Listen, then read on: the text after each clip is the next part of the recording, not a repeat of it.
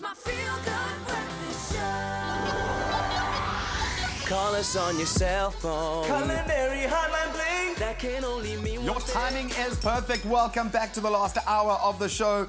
Anel and Zozo are here. Time to open the Culinary Hotline. We want to hear from you. Our number has changed this morning. 0219 430 9886. 9886. That's the one to dial. It's up on your screen right now. We want to hear from you this morning. We want to test our brainiacs in the kitchen this morning with some real conundrums. Awesome to have you. They keep us apart in the kitchen. It's so nice to be surrounded by my girls. So we've had some really cool comments and conundrums and questions coming through on social media this morning. So we'd love to hear from you on the line, yes. But let's delve into our first conundrum coming from Eugene Howe, talking about freezing greens, because I was wondering what on earth you were doing here when we arrived.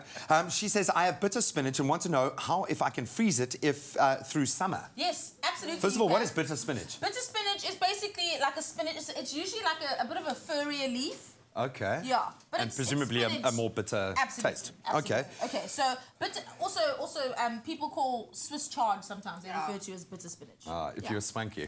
Swiss Yes, chard. thank you. Well, Swiss chard is what we Swiss chard is what we refer to as spinach. It's the large leaf. Okay. Spinach in reality is English spinach, which is the baby leaves, but we call it baby spinach. But that's beside the point. Okay.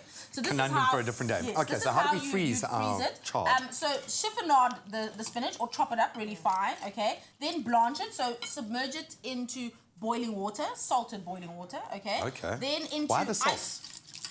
It helps the color. Actually brings out the color. Really? Yeah. Wow. Yeah, and also adds flavor. So it pops, boom. Absolutely. Love that. Cool. Then into ice cold water, just like this. Okay. So then to the freezing. So what you're doing now is you want to squeeze out all the excess water. Okay. And then just stuff it into ice cube trays. So all the water that it's absorbed will help it freeze. I see. And then come whenever you're ready to use your spinach, just pop out a few cubes, and then you'll pop it into. And then what you get is into a the pan. actual spinach and not like a puree from all of the water that you've now Absolutely. removed. So what you can do is freeze it like this, then pop it out of the cubes, and then pop it into a Ziploc bag or something like that, and then pop it into the freezer, and then it's ready to use. It's so much easier to use it like that because you can get like smaller portions. Absolutely. If you just need a little bit for an omelette or something, then you take Yeah. like 3 or 4 Exactly. out. Yeah. And I suppose capturing it when it's fresh, freezing it Yeah. quickly, you're going to retain a lot of that, the nutrients as well, which Yeah. is great. Yeah, which is what the blanching does. Yeah. I love that. Okay, well, we're going to continue to pack our little ice tray here. We've got another question coming from Lydia. She phoned in actually last week, and I'm hoping we can get her on the line. But she posed a very interesting question. Can you stir-fry cauliflower rice? Yes, for sure. You actually treat it like a rice, actually, you know, when you do it. But let's just start making the cauliflower rice. So what you're going to do is first you just put this into a processor like this. I'm just going to make a bit because it's so quick and easy. And like cauliflower's become like the new carb. Hey? Absolutely. Like, and we know It's why. the anti-carb. Yeah. Everybody But that's eats the thing. cauliflower. It really has started to replace a lot of our complex carbohydrates in meals. Just till it's fine like that. And So then it we've heated looks up a like rice. pan. I just want to take this out first. Heat up a pan with a bit of oil, like you would do with any other stir fry. A bit of olive oil. And so I'm just going to add this to the pan.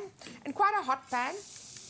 There we go, like that. I'm going to add a bit of salt. I suppose and if you're wanting pepper. to sear it very quickly, you're not Yeah. wanting it to Yeah. kind of cook it, let all the juices come And out. if it's a little bit hard still, you can add a little bit of water to Okay. it, just to soften it a little bit. But And what's nice about it is that you can eat cauliflower raw, so you Yeah, don't have to 100%. cook it to a mush. Yeah. Well, and quite frankly, I think what a lot of people are looking for when they're substituting cauliflower in is texture Absolutely. more than anything else. You want that kind of Exactly. carbohydrate texture, something to give it a Yeah. bit of a backbone. And the frying like that gives it like a real nuttiness. It is delicious.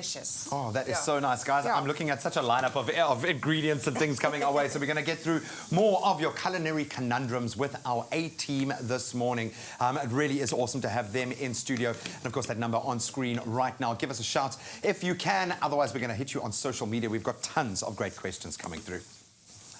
Only you can